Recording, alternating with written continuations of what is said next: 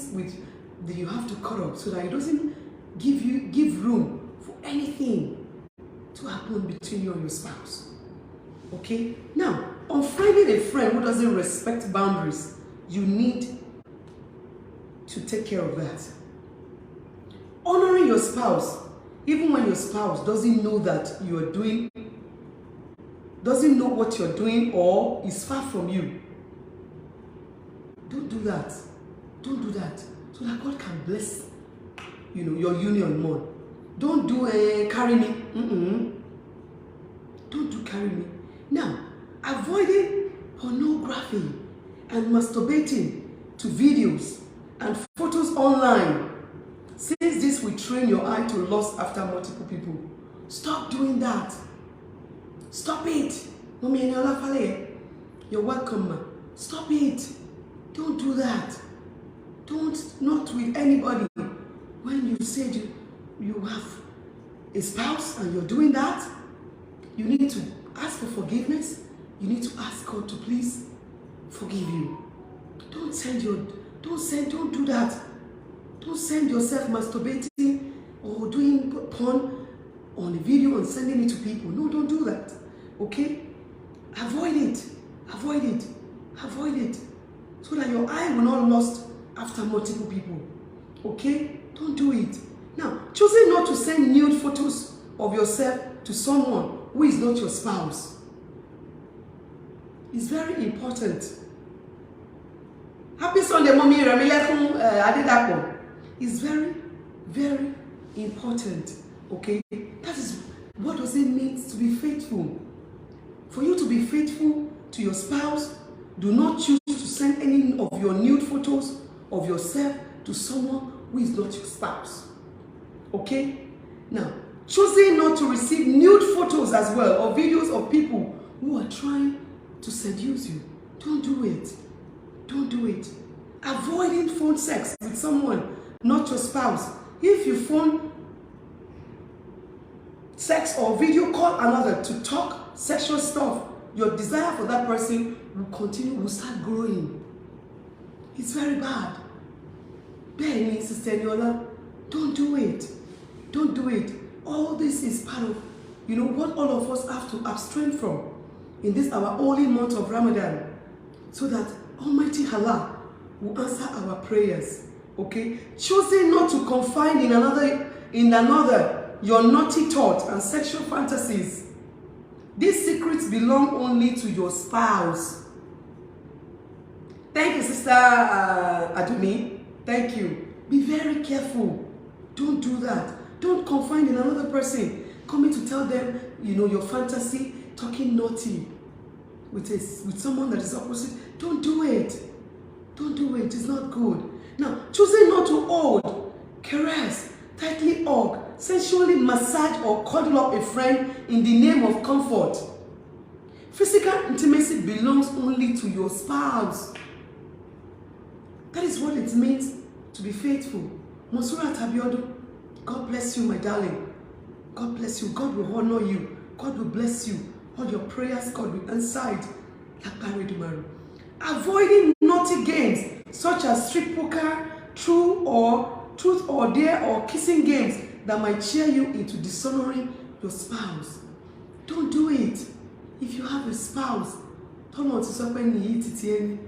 worry. No matter what is going on, you stay on the true side. There's a reward for all of this. I'm telling you, there is no marriage that is perfect, they said. But when you now start doing things that will now ruin the marriage more, that is bad. Okay? That is bad. Right? Now, choosing not to do all of this is good. Don't do it. All of you, don't do it. Sister Eniola, maybe from your own side. Okay? Continue to press love online, or you can put off your phone and turn it back on for the poor network. Avoiding the lie that you can make out with another person as long as you don't sleep with them. No. I told this guy yesterday, you cannot be calling opposite sex or your opposite friend my lover, my darling. It's not allowed. The more you do that, you're giving that person room that you are interested, or the person is still your old timer, or the person can still be, you know, you can still call on the person. In this world and time that there is HIV and all this kind of disease all over the world, it's not even good. Once you're together with one person, stop. If you're doing that, it will not make your business to grow. For a lot of women and a lot of men, if you start doing secret things behind them, it cramps your business, it cramps your job. Stop it, don't do it. If you're ready with someone, until that person is no more in your life, you can do that. But once you say you have someone, even if the person is somebody that is your best friend from school, or is your old timer, don't use all those kind of words, darling, my lover, my love. Or can a man be telling a friend, his own friend, hello, my lover? We ladies will do that, okay? Some of your colleagues might say, hey, darling, thank you, good morning, darling. Like the part of the world where we live here, your colleagues can tell you, hey, darling, what's going on today? You know, that's just darling for, you know, as a colleague. But when you're already texting somebody and you're saying, hello, you're not faithful to your spouse. You're not faithful. Don't do that. Stop it. Avoid that. Avoid that. Now, choosing not to give another person more time and attention than you give to your spouse, it's very, very important. Faithfulness is not only about not having sexual intercourse with another, but also about honoring your spouse with your mind, with your eyes, with your ears, with your words, with your feelings, with your time, with your hands and body. You have to choose to be faithful. Not just during this Ramadan. All the time. Sister Babatunde Bosade, I miss you. How are you? Not even because nobody is seeing you. Even though Almighty Allah is watching you, your spouse might not be with you. You're living in Canada, your spouse is living in Nigeria, or is living somewhere in Europe, and then you're doing all of this. You need to do what? You need to be disciplined. You know, that's self-discipline, so that everything that you're asking God for, God will do it for you. Okay? And during this our Ramadan, make sure, okay, make sure you observe all the fasting.